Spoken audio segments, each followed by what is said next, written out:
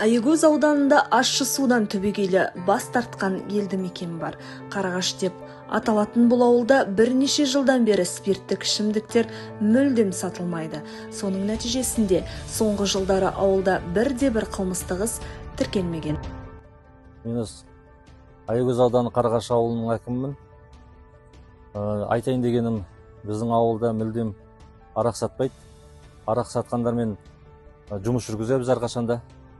Сатпайтындай деңгейге жеткіздік. Көптеген кісілер арақты қойды. Арақ ішпейді қазір. Жұмысқа орналасты. Енді қуантарлық бұл жағдай. Жастар мүлдем арақ ішпейді. Соған өзім өте қуаныштымын. Бұл бастама мемлекет басшысы Қасым-Жомарт Тоқаевтың жолдауында айтылған заң және тәртіп идеологиясын күшейту жөніндегі тапсырмасымен толық үндесіп жатыр. Ауылда қоғамдық тәртіп пен салауатты өмір салты берік орныққан. Қарағаш ауылы аудан орталығынан 35 шақырым жерде орналасқан. Жер көлемі 112.956 гектар. 124 тұрғын үйде 609 адам тұратын бұл шағын әрі ұйымшыл ауыл. Мұнда 2 үлкен дүкен, 1 білім беру мекемесі, мешіт және тұрмысқа қажетті өзге де нысандар бар. Ал осынау игі бастаманы полиция мен ауыл ақсақалдары ұсынып, Қарағаш тұрғындары түгел қолдаған.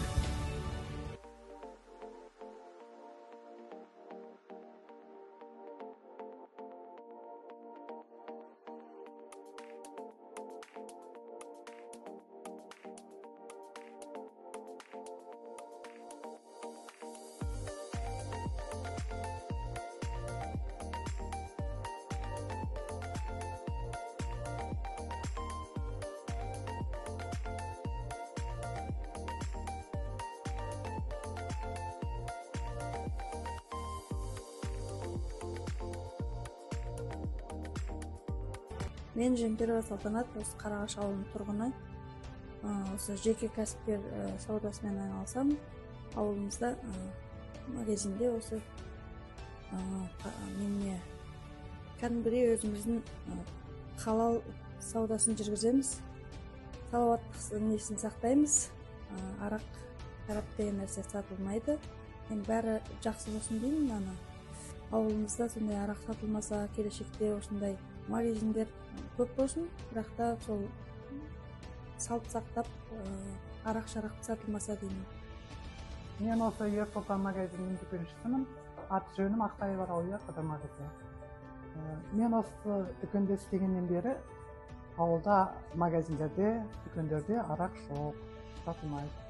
Мен арақ жөніне қарсымын, арақ сатылмаса екен деймін. Мен осы Қарағаштың тұрғынымын.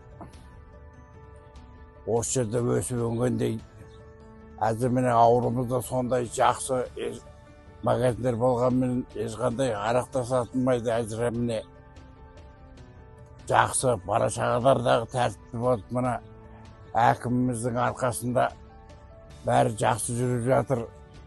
Мазарымызға шейін бағулы, міне ауылымыздың жан-жағының бәрі тап-таза, міне тазалықта жүріп жатыр. Мен Қарағаш ауылының тұрғыны Маржыкенова Назигүл. Біздің ауылда арақ сатылмайды. Осы уақытқа дейін сатылған, бірақ жаңағы әкімшіліктің жұмысы арқылы қазір арақ сатылмайды. Салауатты өмір салтын қолдаймыз. Болашақта да арақ сатылғанын қаламаймыз. Мен осы Қарағаш ауылының тұрғыны Сайран Беделбек. Біздің ауылымызда қазіргі таңда жастарымыз арақтан бас тартып өз жұмыстарын істеп жатыр. Мүлдем арақ сатылмайды біздің ауылда қазір. Басқа ауылдарда біздің ауылымыздан үйреніп үлгі алса дейді.